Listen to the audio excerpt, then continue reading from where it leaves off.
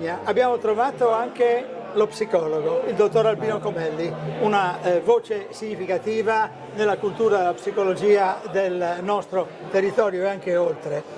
Io vorrei che tu ci parlassi della psicologia del cibo, perché il cibo è una risorsa, è un piacere, ma oltre che essere un piacere è anche uno stare insieme. Lo condividi questa lettura, la condividi? Io condivido tutto, dico che hai già detto tutto tu in poche parole perché sei abile nel dire le cose. E cosa vuoi che ti dica? Dalla madre ci viene la vita, dal cibo ci viene la continuazione della vita. Il cibo è calore, è vita e soprattutto unione con le altre persone.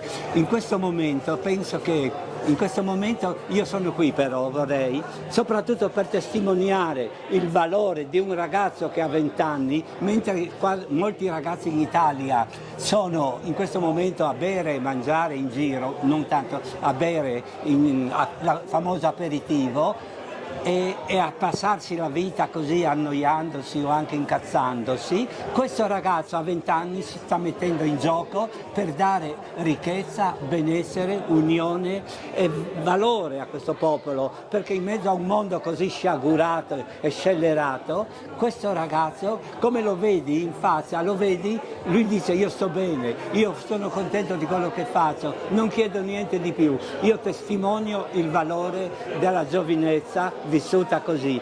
Era anche noi, la nostra giovinezza così, poi si è persa per strada. Questo ragazzo ha il contatto anche con la natura, ci dispiace non solo per gli animalisti ma anche per le mucche, no? Però onestamente queste persone sanno che cos'è il cibo, sanno cos'è la natura e io sono sicuro che loro si difenderanno dalle cavallette della von der Leyen.